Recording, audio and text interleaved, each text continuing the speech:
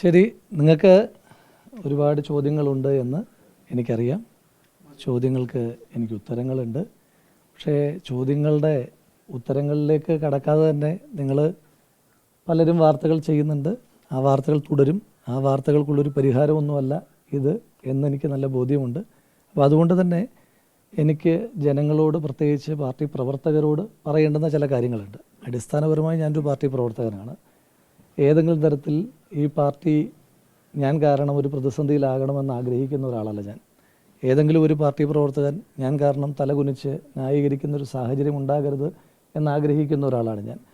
കാരണം ഈ പാർട്ടിക്ക് വേണ്ടിയിട്ട് എല്ലായ്പ്പോഴും ഇപ്പോൾ സ്വാഭാവികമായിട്ടും നിങ്ങൾക്കറിയാമല്ലോ, ഈ ഇത്രയേറെ അക്രമം നേരിടേണ്ടി വരുന്നതിൻ്റെ ഒരു വലിയ കാരണം അത് ഞാൻ കുറ്റം ചെയ്തോ കുറ്റം ചെയ്തില്ലയോ എന്നുള്ളതിൻ്റെ മെറിറ്റിനപ്പുറം ഈ പാർട്ടിയുടെ എല്ലാ പ്രതിസന്ധിയിലും പാർട്ടിക്ക് വേണ്ടിയിട്ട് ന്യായീകരിക്കാൻ, അത് പാർട്ടിയുടെ മെറിറ്റിനെ ന്യായീകരിക്കാൻ, പാർട്ടിയെ പ്രതിരോധിക്കുവാൻ സമൂഹമാധ്യമമെങ്കിൽ സമൂഹമാധ്യമം, മാധ്യമങ്ങളെങ്കിൽ മാധ്യമങ്ങൾ, സമരങ്ങളെങ്കിൽ സമരങ്ങൾ, അതിലെല്ലാം പ്രവർത്തിച്ച ഒരാളെന്ന നിലയിലാണ് സ്വാഭാവികമായിട്ട് ഇതുണ്ടാകുന്നത്. പക്ഷേ ഞാൻ കാരണം എൻ്റെ പാർട്ടി പ്രവർത്തകർക്ക് തലകുനിക്കുന്നൊരു സാഹചര്യം ഉണ്ടാകുന്നത് എനിക്ക് ഉൾക്കൊള്ളുവാനും അംഗീകരിക്കുവാനും കഴിയുന്ന കാര്യമല്ല. എനിക്ക് ചില കാര്യങ്ങൾ പറയാനായിട്ടുണ്ട്. നിങ്ങൾക്ക് ഒരുപാട് ചോദ്യങ്ങളുണ്ടെന്നറിയാം, പക്ഷേ എനിക്ക് ചില കാര്യങ്ങൾ പറയാനായിട്ടുണ്ട്. അപ്പോൾ എനിക്കെതിരായിട്ട് വന്ന കുറച്ചും താത്തു പിടിക്കാം. എനിക്കെതിരായിട്ട് വന്ന ചില ആരോപണങ്ങൾ, ആ ആരോപണങ്ങളിൽ എൻ്റെ പേര് പറഞ്ഞുകൊണ്ടുള്ളൊരു ആരോപണം ഉന്നയിച്ചത് എൻ്റെ സുഹൃത്തും, ഇപ്പോഴും ഞാൻ അങ്ങനെ തന്നെയാണ് പറയുന്നത്, എൻ്റെ സുഹൃത്തും ട്രാൻസ്ജെൻഡർ കമ്മ്യൂണിറ്റിയിൽപ്പെട്ടതുമായ അവന്തികയാണ്. അവന്തിക അങ്ങനൊരു ആരോപണം ഉന്നയിക്കുമ്പോൾ എനിക്ക് നിങ്ങളോട് പറയാനായിട്ടുള്ളത്, ഓഗസ്റ്റ് മാസം 1-ാം തീയതി വൈകുന്നേരം 8:24, ഇത് ഒരു ചാറ്റാണ്.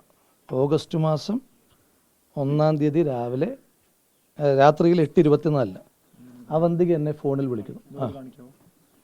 അത് ഞാൻ കാണിക്കാം. അവന്തിക എന്നെ ഫോണിൽ വിളിക്കുന്നു.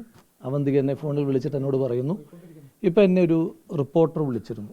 ആ റിപ്പോർട്ടർ വിളിച്ചിട്ട് പിന്നെ ചേട്ടനെതിരായിട്ട് എന്തെങ്കിലും പരാതിയുണ്ടോ, എന്തെങ്കിലും മോശമായ അനുഭവമുണ്ടോ എന്ന് ചോദിച്ചു. അപ്പോൾ അങ്ങനൊരു ആരോപണ പരിസരമോ ഒന്നും ഇല്ലാത്തൊരു സമയമാണ്. എന്നുവെച്ചാൽ അവന്തികയുമായി ബന്ധപ്പെട്ട എന്തെങ്കിലും ഒരു കാര്യം കേൾക്കാത്തൊരു സമയമാണ്. സമൂഹ മാധ്യമത്തിലൂടെ CPM മറ്റൊരു പ്രചണ്ഡമായ പ്രചരണം നടത്തിക്കൊണ്ടിരിക്കുന്ന ഒരു സമയം കൂടിയായിരുന്നു സമൂഹ മാധ്യമങ്ങളിലൂടെ, വാലും തലയും ഇല്ലാതെ. അപ്പം ഞാനും ചോദിച്ചു, അവന്തിക അങ്ങനൊരു ആരോപണം വരുന്നതെന്ന് ചോദിച്ചു. അപ്പം ഞാനതിന് മറുപടി കൊടുത്തിട്ടുണ്ട്. അപ്പം അതെന്തോ ചേട്ടനെ കൊടുക്കാൻ വേണ്ടിയിട്ടുള്ളൊരു ശ്രമമായിട്ട് എനിക്ക് തോന്നി, അതുകൊണ്ടാണ് ചേട്ടനെ വിളിച്ച് പറഞ്ഞതെന്ന് പറഞ്ഞു. ഞാൻ അങ്ങോട്ട് വിളിച്ചതല്ല, ഇങ്ങോട്ട് വിളിച്ച കോളാണ്. അപ്പോൾ അതിനുശേഷം ആ കോള് കട്ട് ചെയ്യുമ്പോൾ തന്നെ ഞാൻ പറഞ്ഞു, അപ്പോൾ എന്നോട് പറഞ്ഞു ഞാനത് വോയിസ് റെക്കോർഡ് ചെയ്ത് വെച്ചിട്ടുണ്ടെന്ന് പറഞ്ഞു. അവന്തിക തന്നെ എന്നോട് പറഞ്ഞു ഞാൻ ആ കോള് റെക്കോർഡ് ചെയ്ത് വെച്ചിട്ടുണ്ടെന്ന് പറഞ്ഞു. അപ്പോൾ ഞാൻ ചോദിച്ചു എനിക്കത് അയച്ചു തരുമെന്ന് ചോദിച്ചു. അപ്പം ഞാനത് കോള് കട്ട് ചെയ്തതിന് ശേഷം നിങ്ങൾക്ക് കാണാം, സെൻഡ് ഇറ്റ് പ്ലീസ് എന്ന് പറഞ്ഞിട്ട് ഞാൻ മെസ്സേജ് അയക്കുന്നു. Send it please. അതായത് ഇങ്ങനത്തെ കോള് വരുന്നതിനെ പറ്റി എനിക്കൊരു ധാരണ ഉണ്ടാക്കാൻ കഴിയില്ലല്ലോ.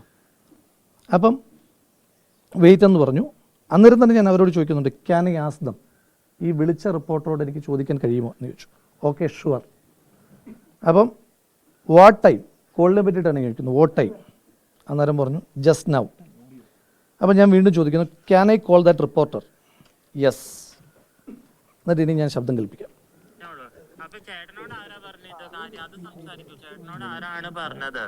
ചേട്ടൻ ന്യൂസ് 18-ലെ റിപ്പോർട്ടറാന്നല്ലേ പറഞ്ഞ, അപ്പൊ അത് സംസാരിക്കേ. നിങ്ങളിങ്ങനെ എല്ലാം മറച്ചു വെച്ച് സംസാരിക്കേണ്ട ആവശ്യമില്ലല്ലോ.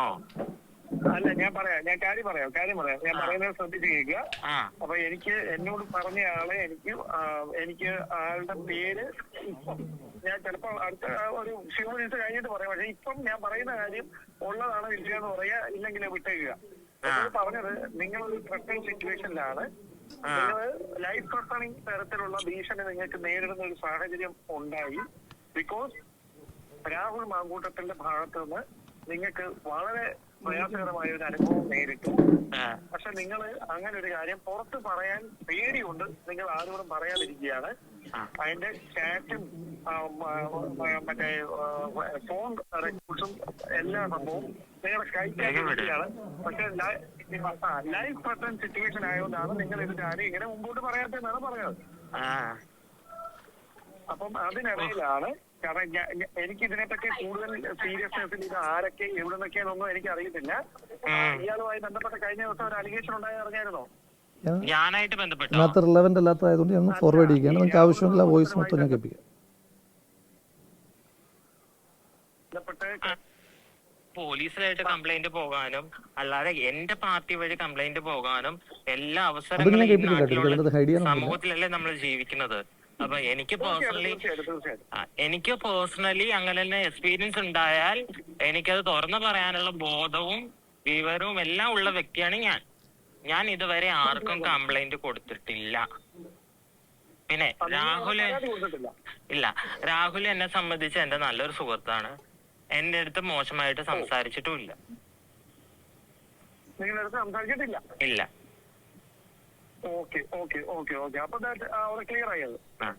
ആരാ ഈ പരാതി പറഞ്ഞത്? ആരാണ്? നിങ്ങൾക്ക് അങ്ങനെ ഇല്ല എന്ന് പറഞ്ഞ സ്ഥിതിക്ക് നിങ്ങൾ അത് വിട്ടേക്കുക, സംഭവം വിട്ടേക്കുക. അല്ലെങ്കിൽ ഇങ്ങനെ എന്നെ പറ്റി ഒരു അപവാദം പറഞ്ഞ നടക്കുമ്പോ അത് ആരാന്ന് അറിയാനുള്ള അവകാശമില്ല ചേട്ടാ, അതുകൊണ്ട് ചോദിച്ചതാണ്. അങ്ങനെയല്ല, നിങ്ങളെ മോശമായിട്ടൊന്നും അല്ല കേട്ടോ പറഞ്ഞത്. മോശമല്ലെങ്കിൽ കേരളത്തിലൊരു MLA പാലക്കാട് പാലക്കാട് MLA ആണ്. ആ MLA ആയിട്ട് എനിക്കും ബാഡ് എക്സ്പീരിയൻസ് ഉണ്ടെന്ന് പറഞ്ഞാൽ അതൊരു മോശപ്പെട്ട കാര്യം തന്നെയല്ലേ? ഇല്ലേ? ബാഡ് എക്സ്പീരിയൻസ് ഉണ്ടായെന്നല്ല പറഞ്ഞത്. നിങ്ങൾക്കൊരു വാട്സാപ്പ് ചാറ്റിൽ മിസ്ബിഹേവ് ചെയ്യുന്ന രീതിയിൽ അതന്നെ അതൊരു ബാഡ് എക്സ്പീരിയൻസ് അല്ലേ? മിസ്ബിഹേവ് ചെയ്തു എന്ന് പറയുന്നത് തന്നെ ഒരു ബാഡ് എക്സ്പീരിയൻസ് ആണല്ലോ.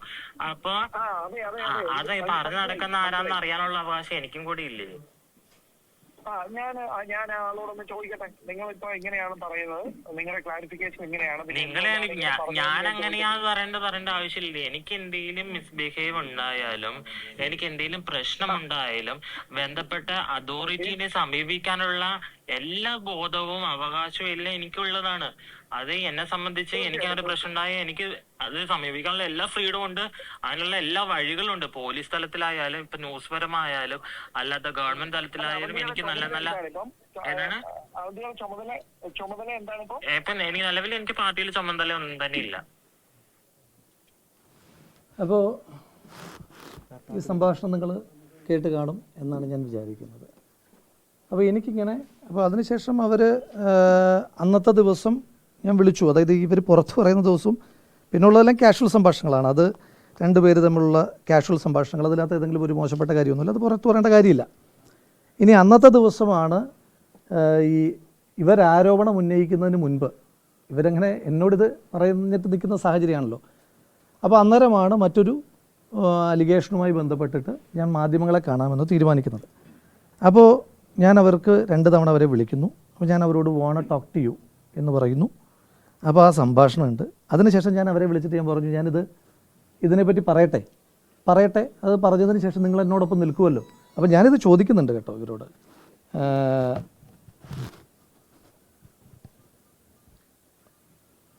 അതായത് സംഭാഷണമാണല്ലോ. You will stand with me for justice in this issue no എന്നുള്ളതാണ് എന്ന് ഓഗസ്റ്റ് മാസം 1-ാം തീയതി ഞാൻ പറയുന്ന സംഭാഷണം. ഒരു കാര്യം എനിക്ക് പറയാനായിട്ടുള്ളത്, ഇപ്പോൾ അവർ പിന്നീട് പറഞ്ഞത് ലൈഫ് ത്രെട്ടനിങ് സിറ്റുവേഷൻ ആണെന്നാണ്. ഈ ലൈഫ് ത്രെട്ടനിങ് സിറ്റുവേഷൻ ആണെന്ന് അങ്ങോട്ട് ആ റിപ്പോർട്ടറാണ് പറഞ്ഞു കൊടുക്കുന്നത്. നിങ്ങളത് കേട്ടു. അങ്ങനെ ലൈഫ് ത്രെട്ടനിങ് സിറ്റുവേഷനിൽ നിൽക്കുന്ന ഒരാളായിരുന്നു അവരെങ്കിൽ, അങ്ങനെയുള്ള ഒരാളായിരുന്നെങ്കിൽ അവരിപ്പോഴും പുറത്ത് പറയില്ലായിരുന്നു. പോട്ടെ, അത് അവർക്ക് ഇഷ്ടമുള്ളപ്പോൾ പുറത്ത് പറയാമെന്ന് വിചാരിക്കാം. പക്ഷേ ആ റിപ്പോർട്ടർ വിളിക്കുമ്പം അത് അവരെന്നെ അറിയിക്കേണ്ട കാര്യമില്ലല്ലോ. ആ റിപ്പോർട്ടർ വിളിക്കുന്ന കാര്യം എന്നെ അറിയിച്ചു എന്നുള്ളത് വരെ ഇരിക്കട്ടെ. ആ റെക്കോർഡിങ് അവർ തന്നെ എനിക്ക് അയച്ചു തരുമോ? നിങ്ങളുടെ ഒരു യുക്തിയിൽ ഇപ്പം നിങ്ങൾ നടത്തിക്കൊണ്ടിരിക്കുന്ന വിചാരണകൾക്കിടയിൽ നമ്മുടെ രാജ്യത്ത് ഇപ്പം ഞാൻ വലിയ ഒഫൻഡറായിട്ടാണല്ലോ ഇപ്പം മാധ്യമങ്ങൾ ചിത്രീകരിക്കപ്പെടുന്നത്. അക്കാലത്ത് ഇനി നിങ്ങളുടെ വാദം അങ്ങനെ തന്നെ നിലനിർത്തിക്കൊണ്ട് തന്നെ പറയട്ടെ, ഈ രാജ്യത്തെ ഏറ്റവും വലിയ കുറ്റവാളിക്ക് പോലും നമ്മുടെ രാജ്യത്തിൻ്റെ നിയമ സംവിധാനം കൊടുക്കുന്നൊരു ഒരു അവസ്ഥയുണ്ടല്ലോ, അയാളെ കൂടി കേൾക്കുക എന്നുള്ളത്. അപ്പോൾ ഞാൻ ചോദിക്കുന്നത്, ലൈഫ് ത്രെട്ടനിങ് സിറ്റുവേഷൻ നിൽക്കുന്ന ഒരാൾ എന്നെ ഇങ്ങോട്ട് വിളിച്ചിട്ട്, അപ്പം ലൈഫ് ത്രെട്ടനിങ് സിറ്റുവേഷനിൽ നിൽക്കുന്ന ഒരാൾ സ്വാഭാവികമായിട്ട് എൻ്റെ തകർച്ചയായിരിക്കണമല്ലോ ആഗ്രഹിക്കുന്നത്. ആ ആഗ്രഹിക്കുന്ന ആൾ എന്തിനായിരിക്കും അന്ന് രാത്രിയിൽ ഇതിൻ്റെ ഒരു പരിസരവും ഇല്ലാത്തൊരു സമയത്ത് എന്നെ ഇങ്ങോട്ട് വിളിച്ച് ഈ വിവരം പറഞ്ഞത്? എന്തിനായിരിക്കും എനിക്ക് അവർ ഈ കോൾ റെക്കോർഡിംഗ് അയച്ചു തന്നത്? ഇനിയും അതും ഇപ്പോൾ പരിശീലിപ്പിക്കുന്ന പോലെ അവർക്ക് ആർക്ക് വേണമെങ്കിലും പരിശീലിപ്പിക്കാം. അത്തരം കാര്യങ്ങൾക്കൊന്നും ഞാൻ കൂടുതലായിട്ട് മറുപടി പറയാൻ ആഗ്രഹിക്കുന്നില്ല. എനിക്ക് ഞാനവരെ ഏതെങ്കിലും തരത്തിൽ ഞാൻ കുറ്റപ്പെടുത്തുന്നില്ല. ഞാൻ അതുകൊണ്ടാണല്ലോ പറഞ്ഞത്, ഞാൻ അവരെൻ്റെ സുഹൃത്താണ്. ഇപ്പോൾ നിങ്ങളിൽ പലരും എൻ്റെ സുഹൃത്തുക്കളാണ്. എൻ്റെ സുഹൃത്തുക്കളായ നിങ്ങളിൽ പലരും ഇപ്പോൾ സ്വാഭാവികമായിട്ട് നിങ്ങളുടെ ഉത്തരവാദിത്വത്തിൻ്റെ ഭാഗമായി നിങ്ങളുടേതായ ജോലികൾ ചെയ്യുമ്പോൾ എനിക്കതിൻ്റെ പേരിൽ നിങ്ങളെ തള്ളി പറയേണ്ട കാര്യമില്ലല്ലോ. അപ്പം നിങ്ങളിപ്പോൾ എനിക്കെതിരായി വാർത്ത കൊടുക്കുന്നതിൻ്റെ പേരിൽ നിങ്ങൾക്കെതിരായിട്ട് ഞാൻ പറയേണ്ടുന്ന കാര്യമില്ലല്ലോ. അപ്പോൾ അതുപോലെ തന്നെ അവർ പറഞ്ഞു എന്നതിൻ്റെ പേരിൽ ഞാൻ തള്ളി പറയാനൊന്നും ഈ നിമിഷം നിൽക്കുന്നില്ല. പക്ഷേ ഈ വാർത്തകളുടെ വലിയ പേമാരിയുടെ കാലത്ത് ഇത്തരം ചില സംഭവങ്ങൾ നടക്കുന്നുണ്ട്. അത് ഇന്ന് നടന്നതല്ല, ഓഗസ്റ്റ് മാസം 1-ാം തീയതി നടന്നതാണ്. അതുകൂടി എനിക്ക് നിങ്ങളോട് പറയണമെന്ന് തോന്നി. അതുകൊണ്ടാണ് നമ്മൾ ഇപ്പോൾ നിങ്ങളെല്ലാവരെയും കാണാനായിട്ട് തീരുമാനിച്ചത്. ഇനിയും എനിക്ക് പറയാനുള്ള കാര്യങ്ങൾ, ജനങ്ങളോട് പറയാനായിട്ടുള്ള കാര്യങ്ങൾ, മറ്റ് കാര്യങ്ങൾ, ഒരുപാട് കാര്യങ്ങളെ പറ്റിയിട്ട് എനിക്ക് ജനങ്ങളോട് പറയാനായിട്ടുണ്ട്. അത് നിങ്ങൾ സ്വാഭാവികമായിട്ടും വാർത്തകളൊക്കെ ചെയ്യുന്ന സമയത്ത് എൻ്റെ ഭാഗം കൂടി, അത് ഈ രാജ്യത്തെ ഏതൊരു പൗരനുമുള്ള അടിസ്ഥാനപരമായ അവകാശമാണ് അയാളുടെ ഭാഗം കൂടി കേൾക്കുക എന്നുള്ളത്. ആ കേൾക്കാനുള്ള മനസ്സ് നിങ്ങൾ തുടർന്നും കാണിക്കും എന്ന് തന്നെയാണ് ഞാൻ പ്രതീക്ഷിക്കുന്നത്. ബാക്കിയുള്ള കാര്യങ്ങൾക്കും ബാക്കിയുള്ള ദിവസങ്ങൾ തന്നെ മറുപടി പറയാം. ഇതിന് പിന്നെ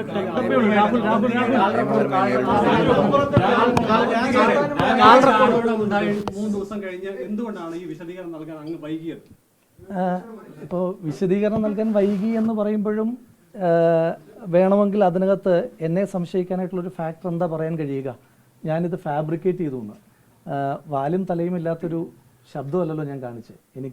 ഞാനൊരു ചാറ്റ് നിങ്ങളെ ലൈവായി കാണിക്കുകയാണ്. നിങ്ങൾക്ക് ആർക്കെങ്കിലും സംശയം ഉണ്ടെങ്കിൽ നിങ്ങൾക്കത് നേരിട്ട് വെരിഫൈ ചെയ്യാം. ഞാനൊരു ചാറ്റ്, ആ ആളുടെ ചാറ്റ്, ഇനി ഞാൻ ആ ആളുടെ നമ്പർ ഉൾപ്പെടെ കാണിക്കാത്തത്, പബ്ലിക്കിന് മുന്നിൽ കാണിക്കാത്തത് അത് അയാളുടെ സ്വകാര്യതയെ മാനിച്ചിട്ടാണ്. നിങ്ങൾ ആർക്കെങ്കിലും അത്തരത്തിൽ സംശയം ഉണ്ടെങ്കിൽ എന്നോടൊപ്പം വന്നാൽ ഞാൻ സ്വകാര്യമായിട്ട് നിങ്ങളത് കാണിച്ച് അത് അവരുടെ നമ്പർ തന്നെയാണോ എന്ന് ബോധ്യപ്പെടുത്തും. അപ്പോൾ അതായത് ഞാൻ ഫാബ്രിക്കേറ്റ് ചെയ്തൊരു സാധനമല്ല. പിന്നെ എന്തുകൊണ്ട് പറയാൻ വൈകി എന്ന് ചോദിച്ചാൽ, സ്വാഭാവികമായിട്ടും മനുഷ്യന്മാരല്ലേ, സ്വാഭാവികമായിട്ടും മനുഷ്യന്മാരും ഇത്തരം സാഹചര്യങ്ങളിലൂടെ പോകുമ്പോൾ ഉണ്ടാകുന്ന കാര്യങ്ങളുമൊക്കെ ഉണ്ടല്ലോ. അപ്പോൾ അതൊക്കെ ഉണ്ടെന്ന് കൂട്ടിക്കൂ. അതിൻ്റെ ഇനിയും നിങ്ങളൊക്കെ ആരോപിക്കുന്ന പോലെ നിങ്ങൾക്ക് പലരും ഞാൻ വലിയ ഒഫൻഡറാണെന്നൊക്കെ പറയുന്നു. അത് കോടതിയും നിയമങ്ങളുമാണ് ഞാൻ ഒഫൻഡറാണോ അല്ലയോ എന്ന് പറയേണ്ടത്. പക്ഷേ എങ്കിൽ പോലും എല്ലാവരും മനുഷ്യന്മാരാണല്ലോ. അപ്പം എനിക്കും എൻ്റേതായിട്ടുള്ള ഫീലിങ്സും ഇമോഷൻസും ഒക്കെ ഉണ്ട് എന്നാണ് ഞാൻ വിചാരിക്കുന്നത്. ഒരു കാര്യം കൂടി പറയാൻ ആഗ്രഹിക്കുന്നത്, ഞാൻ എൻ്റെ പാർട്ടിയെ പ്രതിരോധത്തിലാക്കാൻ ആഗ്രഹിച്ച ഒരാളല്ല. പാർട്ടി പ്രവർത്തകർക്ക് അങ്ങനെ ചെയ്യേണ്ടി വരുന്നതിനകത്ത് അവർക്ക് ഞാൻ ചിലതൊക്കെ കാണുമ്പോൾ അവർക്ക് പ്രതിരോധിക്കേണ്ടി വരികയാണ്. ഞാൻ ഈ പാർട്ടി ഒരുപാട് പ്രതിരോധിച്ച ഒരാളാണ്. ഈ പാർട്ടി ഒരുപാട് പ്രതിരോധിച്ച ഒരാൾക്ക് വേണ്ടിയിട്ട് അങ്ങനെ പ്രതിരോധം തീർക്കുന്ന പ്രവർത്തകരോട് എനിക്ക് ആകെ പറയാനായിട്ടുള്ളത്, ഞാൻ കാരണം ഒരു പ്രയാസം അവർക്കുണ്ടാകുന്നതിനകത്ത് ഞാൻ അവരോട് ക്ഷമ ചോദിക്കുന്നു. ഞാൻ കാരണം ഇപ്പോൾ എന്നെ ഒരുപാട് സ്നേഹിച്ച മനുഷ്യന്മാർ ഒരുപാട് പേർ എന്നെ വിളിക്കുന്നുണ്ട്. ഈ ദിവസങ്ങളൊന്നും എൻ്റെ ഫോണിന് വിശ്രമമില്ല. പല ഫോണുകളും എനിക്ക് എടുക്കാൻ കഴിയുന്നില്ല. അപ്പോൾ ഒരുപാട് ആളുകൾ പിന്തുണയ്ക്കുന്നുണ്ട്, ഒരുപാട് ആളുകൾ കുറ്റപ്പെടുത്തുന്നുണ്ട്, ചില ആളുകൾ നിശിതമായി വിമർശിക്കുന്നുണ്ട്, ചില ആളുകൾ സങ്കടപ്പെടുന്നുണ്ട്. അത്തരം ഒരു സാഹചര്യത്തിനൊക്കെ എനിക്ക് ആളുകളോടെല്ലാം അങ്ങനൊരു സാഹചര്യം ഉണ്ടായതിനകത്ത് എനിക്ക് അവരോട് മാപ്പ് ചോദിക്കാൻ മാത്രമേ ഈ നിമിഷത്തിൽ കഴിയുകയുള്ളൂ. ബാക്കിയുള്ള കാര്യങ്ങളെല്ലാം എനിക്ക് നിങ്ങൾ വഴി ജനങ്ങളോട്, ജനകീയ കോടതിയിൽ പറയേണ്ട കാര്യങ്ങൾ നിങ്ങൾ വഴി ജനകീയ കോടതിയിലും, അതിനപ്പുറം എന്തെങ്കിലും കാര്യങ്ങളുണ്ടെങ്കിൽ നീതിന്യായ കോടതിയിലൂടെയും ഞാനത്